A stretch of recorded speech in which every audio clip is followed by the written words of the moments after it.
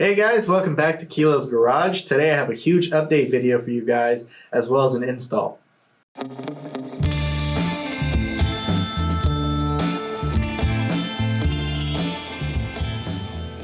So if you guys recall from the last video, I broke some parts of my engine. I didn't realize an injector was stuck open and it filled up the cylinder full of gasoline, and then I bent a connecting rod and I broke a piston.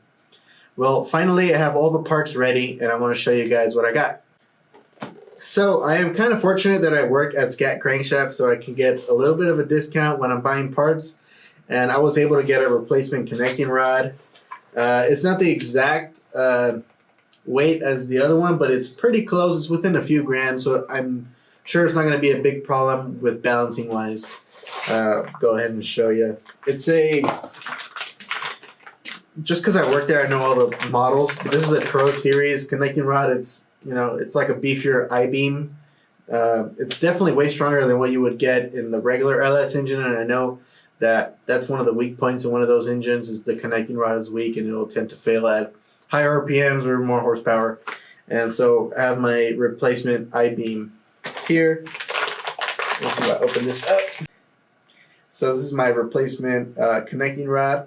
It's the Pro Series model. It's a 6-inch, 6 1/8 inch connecting rod. It has ARP bolts, ARP 8740 bolts, 7/16 bolts. So this is what I got, replacement. Along with that, I also have the piston here. Have a good friend over there. This is a piston from Race Tech Pistons here in Huntington Beach, California. Have a really good friend there. He's a salesman there. His name's Alex. He really hooks it up, and I was able to get a replacement one. They custom cut it for me just so I can fix my issues. So here's the replacement. Looks pretty nice. I'm really excited to put this back on. Along with all that stuff, I got the wrist pin. And then I have the oil ring support, because these, since the stroker, the wrist pin comes in contact with the bottom of the oil ring groove, so it needs like a support so it doesn't like fall through, or so it just has support on the bottom. So that's a support ring for it, and then I have a bunch of wrist pin retainers, I guess. And these are the circle lock ones. They might not be, but I don't know exactly which one they are, but they're the clips that go in there. I also got a one offset of the piston rings that I needed, which was great because I thought I had to buy the whole new set, but I was able to get this and a single. So this is pretty cool. I think I need to file fit them, so we're gonna go ahead and measure this before we actually install it and make sure it's gapped correctly to what I put in the other pistons. Now, the one thing that I couldn't get one off of is the connecting rod bearing. I probably didn't need to replace the connecting rod bearing, but I figured because the connecting rod bent in such a weird way that, it might have some microscopic bending of the bearing. So I decided to get an extra one. They didn't sell it just one off, so I had to get the whole pack of these King racing bearings, which are pretty nice. These are like better than the $20 bearings that I usually get. So yeah. That's all the parts that I have. Let's go ahead and take a look at the engine so you guys can see that really nothing happened to it. Okay, so we're right here in front of the engine. And as you guys can probably see from the camera, I'm not sure, right here we're missing a connecting rod, and the one that we bent was the cylinder number 6, which is the passenger side of the block. It's upside down right now. Besides that accident that happened, the engine rotates freely. You guys can see I'll rotate it.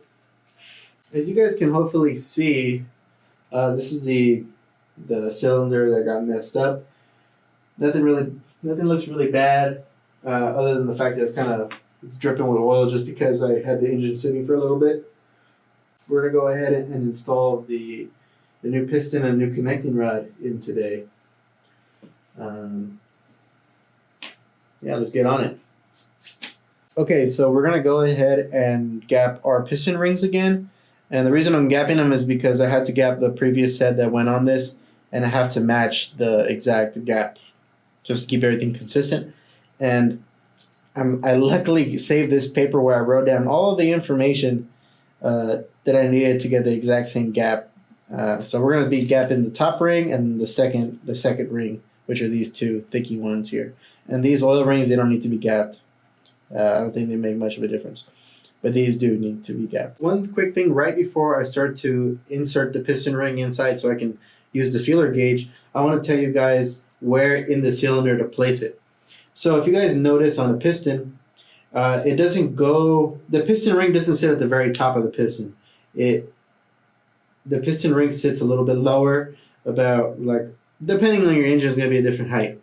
If you put your piston ring in and use the feeler gauge, you probably won't get an as accurate reading if you do it near the top, because the piston ring will not be operating in that range because it sits further down inside. Okay, so now we're going to insert our piston ring, and I'm just going to put it in by hand, and then later I'm going to use the old piston in order to equally insert it inside so it's square. Okay, so I'll put it in.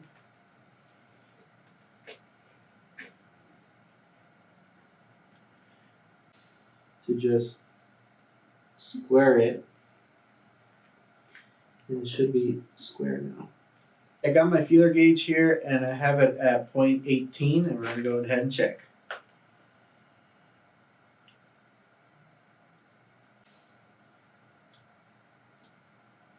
I just can't get it in. Like, it's like somewhat getting in, but it's a little stuck. Which means that it's probably smaller than what we need it to be. So we're going to go ahead and take it out, and I'm going to file it down a little bit. So here I have a diamond file that's very fine, so that we can only take off a little bit at the time. And we're going to go ahead and file this down just a little bit because it felt like it was pretty close to where I needed it to be. So I'm just going to go ahead. You want to do it to just one side of your piston ring. You don't want to file each one. Just go ahead and do it to one. I'm going to do it to the side without the dimple.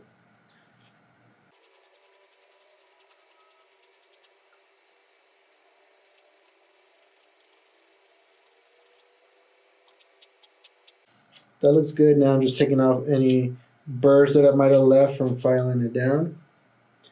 And let's go ahead and try it again. So, I'm checking now.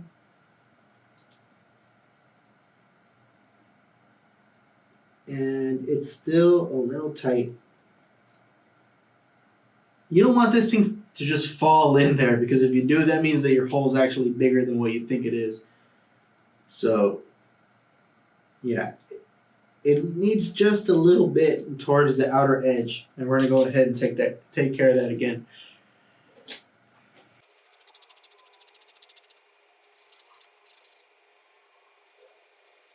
That's a little bit more. I think that's gonna do it, but we gotta go ahead and recheck again one more time. Let's check it.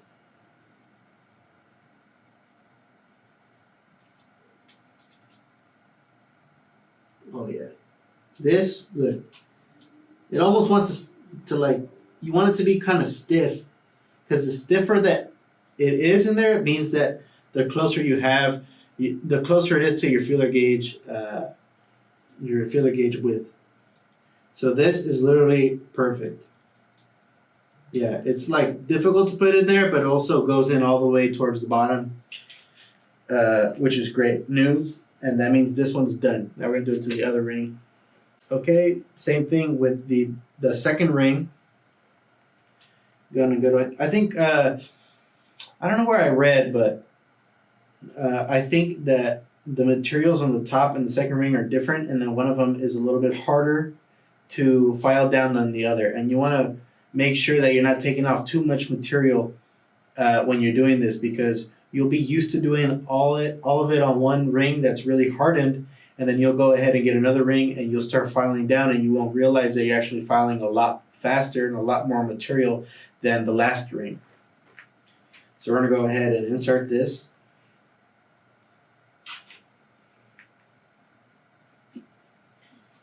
So anyway, we're checking this one here, and we're seeing that this one is actually already gapped. Good, and it's pretty stiff where it locates. So that's pretty much dead on where we need it to be. So that's perfect news that we didn't have to gap our second ring. It was already gapped properly for us and for our application.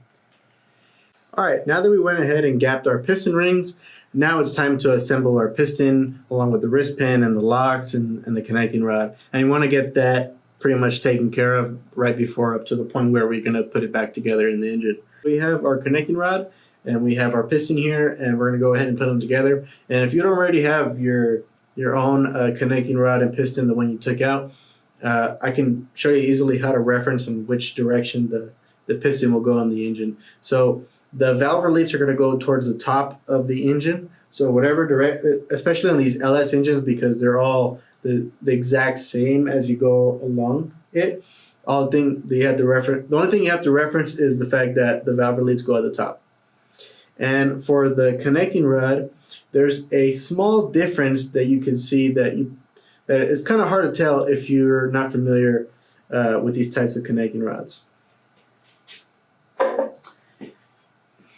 And that is that on one side of the connecting rod, there is a flat surface. And on the other side, if you look, there's a flat surface, but there's also a little bevel that goes on the inside. And that bevel is supposed to hug the crankshaft instead of the other connecting rod.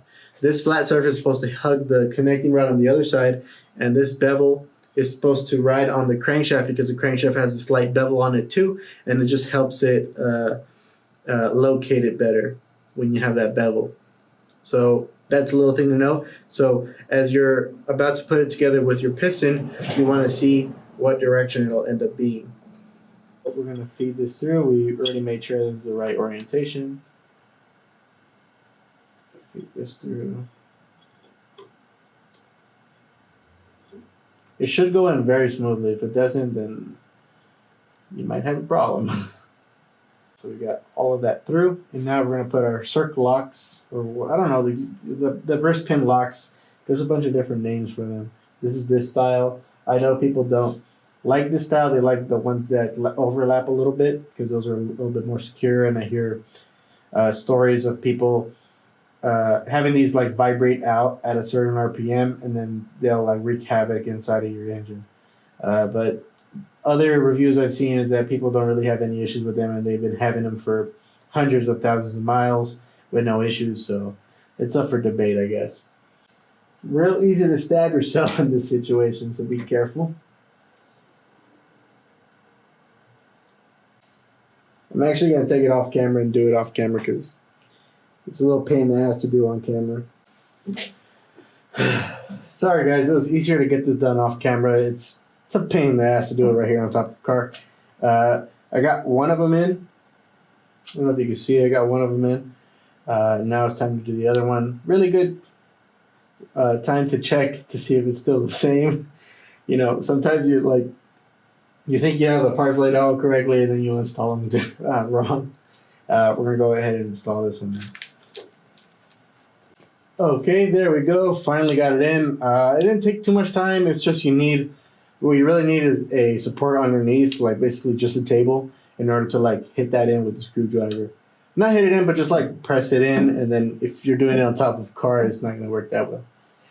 So now it's installed. You can see it, free. I guess you'd call it free floating. Well, the pin inside is free floating as well, but this is also very fluid. Now we're going to install our bearings. One thing about the bearings that's really cool about these specific King bearings, I'm not sure, maybe other brands also as well have these designation. You can't just put bearings willy-nilly top and bottom. All right. On the back here, you'll get the part number, and there's a U here, and the other one there's a L. So the L means lower, and the U means upper.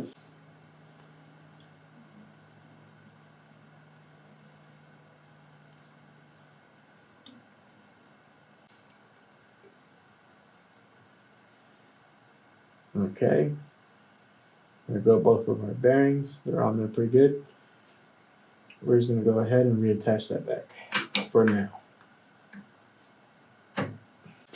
Okay, so usually when you get pistons, especially for like a stroker build, where the wrist pin starts interfering with the actual oil ring, then they usually include a support rail. So I got this from Racetech, obviously, because the piston's from Racetech, and we're going to go ahead and install this. So you'll see on this support ring, it overlaps a little bit, or it looks like it does. And that's because you gotta stretch it out as it goes inside. And this support has a little dimple on here. It's a very hard dimple, very pronounced, and that's supposed to aim towards the bottom. And you're supposed to put that in between these gaps here in the piston where the oil support usually would be. All right, so I put the piston rings on this. I just did it off camera really quick, and we're gonna go ahead and install it now. So I'm gonna go ahead and take out these ARP bolts. We put our piston in our ring compressor from ARP. I just decided to get one. It's pretty cool, but you can use any other kind of ring compressor, obviously. So we're gonna go ahead and install it. I'm only installing it like this so I can show better on the camera. I don't know. You could say we're gonna make it square as much as we possibly can, and it's really cool using this because you can just literally just push it in with even pressure, obviously.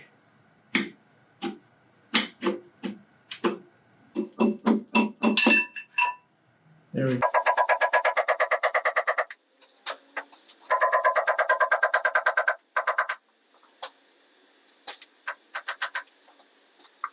Now that the piston's in all the way, I'm gonna go ahead and lube up the other side of the connecting rod. Can you have too much lube? I don't know. And I'm gonna go ahead and insert it from the back here. Okay, so these bolts are a 1.4 inch 8740 ARP bolt. And so based on our spec sheet, with our spec sheet, it tells us to torque it down to 64 foot-pounds. So we're gonna do that in 2 steps. We're gonna do one in 30 and we're gonna do one in 64.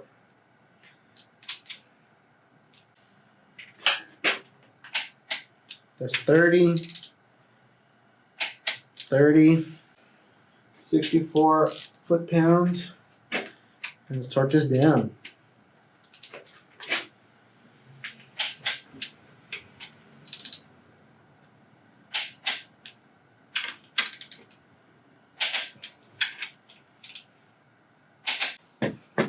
Well, that's it. So obviously that's just me reinstalling the piston, but now we got to put back the heads. And I have a new set of injectors. I have these fast injectors. I just decided, you know what, I'm going to avoid all that used crap. And so I went and went with a reputable seller. Fast injectors, I got 39 pound per hour injectors. And so this is going to give us a lot more wiggle room at the top end of our range, because I suspect that the 34 pounds was going to be maxing out near the top end. So these are going to work perfect for what I'm doing. And yeah, so it was a smooth install for the piston and the connecting rod. And now I was going to put the head back on and basically reinstall it back in the car, and let's put the intake on and let's turn this bad baby on. You know, one little misstep that cost me a couple of months of time. But now, as you see, it's back together again. I'll just put the oil pan back on and we're ready to rock and roll one more time. And hopefully this time, no more issues. All right, so thank you guys for watching. I want to continue doing YouTube videos. I know I don't have as many followers on here as I do on TikTok, but if you guys can please subscribe and like this video and interact with it, that helps me out a lot, and maybe we can get it going on YouTube where I can start doing more longer videos just like this one. Thank you guys for the support. Bye-bye.